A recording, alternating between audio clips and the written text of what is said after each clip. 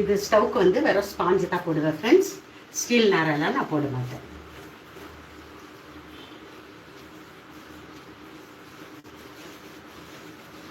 வெறும் ஸ்பாஞ்ச் போட்டு வச்சுருக்கேன்.